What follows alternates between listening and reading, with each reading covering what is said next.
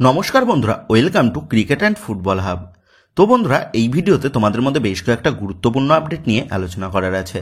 সেহেতু এই ভিডিওটা একটুও না স্কিপ করে তোমাদের পুরোটা দেখার অনুরোধ থাকলো। আর তোমরা যারা আমাদের এই চ্যানেলে প্রথমবার এসেছো তারা কিন্তু অবশ্যই ভিডিওতে লাইক দিয়ে চ্যানেলটা সাবস্ক্রাইব করে রেখো, কারণ তুমি কিন্তু এখানে তোমাদের প্রিয় দলের সমস্ত রকম খেলার খবর সবার আগে পেয়ে যাবে। তো চলো আর দেরি না করে আজকের ভিডিওর মেইন টপিকগুলো নিয়ে আলোচনা শুরু করা যাক।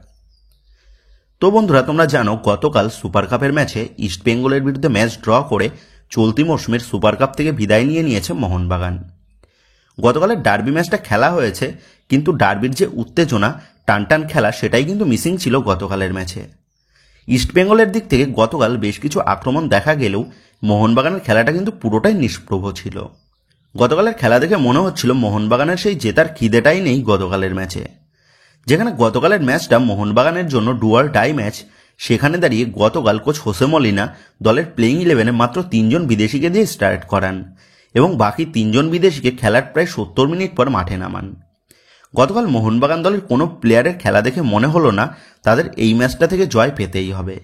বরং এই ম্যাচে ইস্টবেঙ্গল ড্র করলেও ইস্টবেঙ্গলের সেমিফাইনালের রাস্তাটা ক্লিয়ার হয়ে যাবে, এটা জানা সত্ত্বেও ইস্টবেঙ্গল দল তারা কিন্তু জেতার মানসিকতা নিয়েই গতকাল খেলতে নামে। দলের দুই বিদেশি জেসন কামিন্স এবং ডিমিত্রি পেট্রাটস এই দুজনকে পরবর্তীতে মাঠে নামালেও তারা যে ওই বাকি সময়টুকু কি করলো মাঠে নেমে, সেটাই কিন্তু বোঝা গেল না। কারণ গতকাল যদি মোহনবাগান জিতে যেত তাহলে আবার মোহনবাগানকে 1 থেকে 2 ম্যাচ খেলতে হতো, তাতে আবার জেসন কামিন্সদের বিদেশে ঘুরতে যেতে আবার দেরি হয়ে যেত। আর তাই হয়তো জেসন কামিন্স দেখলো এত কষ্ট করে খেলে কি লাভ, তার থেকে এই ম্যাচ থেকেই বিদায় নিয়ে নিই, তাহলে তাড়াতাড়ি ছুটি কাটাতে যেতে পারবো। গতকালের ম্যাচে জেমি ম্যাকলারেন যে গোল করবে তার জন্য তো তার কাছে বল সাপ্লাই দিতে হবে। গতকাল মোহনবাগান দলের খেলাতে না মিডফিল্ডের কোনো ক্রিয়েটিভিটি দেখা গেল, আর না উইং দিয়ে ভালো কোনো ক্রস আসলো। পুরো কথায় বলতে গেলে গতকাল মোহনবাগান দল তারা কিন্তু জেতার মানসিকতা নিয়েই মাঠে নামেনি। না হলে এই মরশুমে মোহনবাগান যতগুলি ম্যাচ খেলেছে, এইরকম বাজে আর জঘন্য ম্যাচ এই মরশুমে আর মোহনবাগান দলের খেলা দেখিনি। তো যাই হোক, গতকাল ম্যাচ শেষে প্রেস কনফারেন্সে মোহনবাগান কোচ হোসে মলিনা তিনি কিন্তু এক বিস্ফোরক মন্তব্য করেছে মোহনবাগান ম্যানেজমেন্টের বিরুদ্ধে। গতকাল কোচ হোসে মলিনা তিনি বলেন দলের প্লেয়াররা কিভাবে প্র্যাকটিস করবে, দলের প্লেইং 11-এ কারা থাকবে, কারা কখন সাবস্টিটিউট হবে, ম্যাচের মধ্যে রণনীতি কি হবে, এই সমস্ত বিষয়গুলি আমি ঠিক করি, কিন্তু দলে কোন কোন প্লেয়ারের সাইনিং হবে তা ঠিক করে ম্যানেজমেন্ট। আমি এই মরশুমে দলে একজন বিদেশি মিডফিল্ডার নিতে চেয়েছিলাম, কিন্তু মোহনবাগান ম্যানেজমেন্ট তারা আমাকে তা নিতে দেয়নি। বরং মোহনবাগান ম্যানেজমেন্ট বিদেশি মিডফিল্ডারের পরিবর্তে তারা রবসন রবিনোকে দলে সই করায়। তো গতকাল ম্যাচ শেষে কোচ হোসে মলিনা তিনি কিন্তু এইরকমই বিস্ফোরক মন্তব্য করেছেন মোহনবাগান ম্যানেজমেন্টের বিরুদ্ধে। তো মলিনা ভালো খেলাক বা খারাপ খেলাক সেটা পরের কথা, কিন্তু গতকাল মলিনা ম্যানেজমেন্টের যে সত্যি কথাটা বাইরে নিয়ে আসলো, তো এইরকম সত্যি কথা বলার সাহস কিন্তু খুব কম কোচেরই থাকে।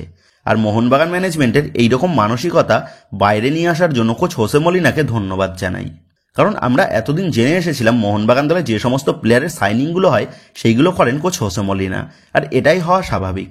কিন্তু শেষ পর্যন্ত এসে দেখা গেল মোহনবাগান ম্যানেজমেন্টের কথা মতন দলে প্লেয়ার সাইনিং হয়, আর সেই সমস্ত প্লেয়ার নিয়েই কোচ হোসে মলিনাকে বাধ্য হয়ে খেলাতে নামতে হয়। নাহলে যেখানে মোহনবাগান দলের লেফট উইংয়ে খেলার জন্য লিস্টন কোলাস ও আশিক কুরুনিয়ানদের মতন প্লেয়াররা ছিল, তা সত্ত্বেও মোহনবাগান দলে কিন্তু রবসন রবিনোর কোনো প্রয়োজনই ছিল না। কিন্তু মোহনবাগান ম্যানেজমেন্ট তারা ইচ্ছা করেই রবসন রবিনোকে দলে সই করিয়েছে, আর রবসন রবিনোকে দলে সই করানোর জন্য আশিক কুরুনিয়ান সেও কিন্তু দল থেকে বিদায় নিয়ে নিয়েছে। মাঠের মধ্যে খেলাবে কোচ, কিন্তু মাঠের বাইরে পণ্ডিতগিরি করবে মোহনবাগান ম্যানেজমেন্টরা।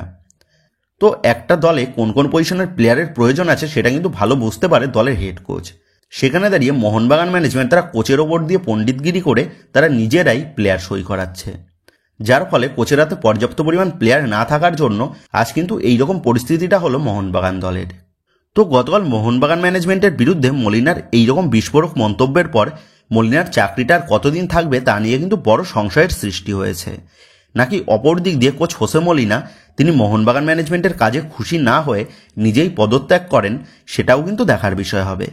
নাকি আবার মোহনবাগান ম্যানেজমেন্ট নিজেদের এই ভুল থেকে শিক্ষা নিয়ে আসন্ন আইএসএল এর কথা মাথায় রেখে দলের আপফ্রন্ট থেকে কোনো বিদেশি প্লেয়ারকে বাদ দিয়ে নতুন মিডফিল্ডার দলে নিয়ে আসে, সেটাও কিন্তু দেখার বিষয় হবে। তো এই মরশুমে মোহনবাগানের যে স্কোয়াড, তাতে দলের ডিফেন্স এবং আপফ্রন্ট এই দুই পজিশন খুবই স্ট্রং হয়েছে, কিন্তু কোনো দলকে সফলতা পেতে গেলে দলের 3 বিভাগকেই কিন্তু মজবুত রাখতে হয়, যেটা কিন্তু এই মরশুমে নেই মোহনবাগান দলের। দলের মিডফিল্ডে একজন পর্যাপ্ত পরিমাণে প্লেয়ারের অভাব রয়েছে, সেটা কিন্তু প্রতি ম্যাচেই কম বেশি আমরা নজর করতে পারছি। সেক্ষেত্রে মোহনবাগান ম্যানেজমেন্ট যদি নিজেদের দলের সাফল্য নিয়ে চিন্তিত থাকে তাহলে এনিহাউ দলের একজন অ্যাটাকিং মিডফিল্ড পজিশনের প্লেয়ার কিন্তু খুবই প্রয়োজন। কারণ শুধুমাত্র সাহালের ওপর নির্ভর করে দলের খেলাতে কিন্তু কোনো ক্রিয়েটিভিটি আসবে না। সাহাল এমন একটা প্লেয়ার যে ম্যাচে খেলবে সেই ম্যাচে সাহাল দুর্দান্ত খেলে দেবে, আর যে ম্যাচে খেলতে পারবে না সেই ম্যাচে সাহালকে মাঠের মধ্যেই খুঁজে পাওয়া যাবে না। অপরদিক দিয়ে আবার কোচ হোসে মলিনারও কিন্তু কিছু এক্সট্রা পাকামো রয়েছে। গত মরশুমে এই একই দল নিয়ে তিনি জেসন কামিংসকে দিয়ে দলের অ্যাটাকিং মিডফিল্ড পজিশনের ভূমিকাটা পালন করিয়েছিলেন, আর জেসন কামিংস তিনি দলের অ্যাটাকিং মিডফিল্ডের ভূমিকাতেও দুর্দান্ত মানিয়েও কিন্তু নিয়েছিলেন গত মরশুমে। কিন্তু এই মরশুমে কোচ হোসে মলিনা তিনি কিন্তু জেসন কামিংসকে তেমনভাবে ইউজই করছেন না। এই মরশুমে মোহনবাগান ম্যানেজমেন্ট তার গ্রেগ স্টুয়ার্টের পরিবর্তন করে কেন রবসন রবিনোকে দলে নিয়ে আসলো সেটাই কিন্তু বুঝে উঠতে পারলাম না। গত মরশুমে গ্রেগ স্টুয়ার্টকে most of the time substitute হিসাবে কোচ হোসে মলিনা ইউজ করলেও সেই 10 থেকে 15 মিনিট গ্রেগ স্টুয়ার্ট যতক্ষণ মাঠের মধ্যে খেলতো সেই সময়টুকুর মধ্যে গ্রেগ স্টুয়ার্ট সে কিন্তু কম করে 3 থেকে 4টে গোলের সুযোগ তৈরি করত, যেটা কিন্তু এই মরশুমে মোহনবাগানের খেলাতে পুরোটাই মিসিং। আসলে যেখানে দলে একজন অ্যাটাকিং মিডফিল্ডারের প্রয়োজন রয়েছে সেখানে দাঁড়িয়ে তুমি যদি দলে একজন লেফট উইং পজিশনের প্লেয়ার সই করাও তাহলে তো খেলাতে কোনো ক্রিয়েটিভিটিই থাকবে না, যেটা কিন্তু এই মরশুমে হচ্ছে মোহনবাগান দলে। রবসন রবিনো সে কিন্তু কখনোই গ্রেগ স্টুয়ার্টের পর্যাপ্ত পরিমাণে রিপ্লেসমেন্ট নয়। যেখানে নর্থ ইস্ট ইউনাইটেড এফসি দলের লেফট উইঙ্গার আলাদিন সে কিন্তু একজন লেফট উইং পজিশনের প্লেয়ার হলেও সে কিন্তু একজন প্রপার গোল স্কোরার। গত 2 মরশুম ধরেই আলাদিন সে কিন্তু নর্থ ইস্ট ইউনাইটেড এফসি দলের গোল স্কোরারের ভূমিকাটা পালন করছে, কিন্তু সেই রকম অ্যাবিলিটি বা সেই রকম কোয়ালিটি রবসন রবিনোর খেলাতে এখনো পর্যন্ত কিন্তু আমরা খুঁজে পাইনি। সেক্ষেত্রে এটা বলাই যায় যে দলে লিস্টন ক্লস ও আশিক কুরুনিয়ানদের মতন লেফট উইঙ্গার ছিল সেই দলে রবসন রবিনোর কিন্তু কোনো প্রয়োজনই ছিল না।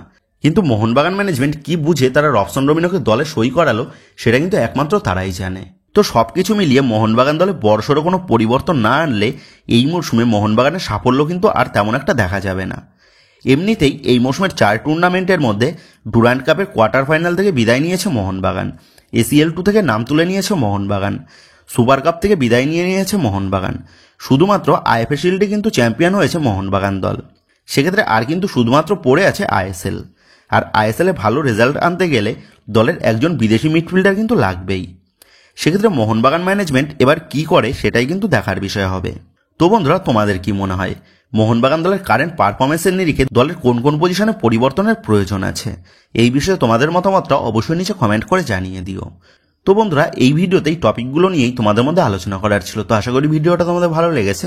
তো যদি ভিডিওটা ভালো লেগে থাকে তাহলে ভিডিওতে লাইক দিয়ে চ্যানেল সাবস্ক্রাইব করে পাশে থাকা বেল আইকনটা অবশ্যই প্রেস করে দিও। আর তোমরা যারা এখনো পর্যন্ত আমাদের সোশ্যাল মিডিয়া পেজের সাথে যুক্ত হওনি তারা নিচে ডেসক্রিপশন বক্সের লিঙ্ক থেকে আমাদের সোশ্যাল মিডিয়া পেজের সাথে যুক্ত হয়ে যেও, কারণ এখন কিন্তু সমস্ত রকমের লেটেস্ট আপডেটগুলো সবার আগে আমাদের সোশ্যাল মিডিয়া পেজেই পোস্ট করা হয়।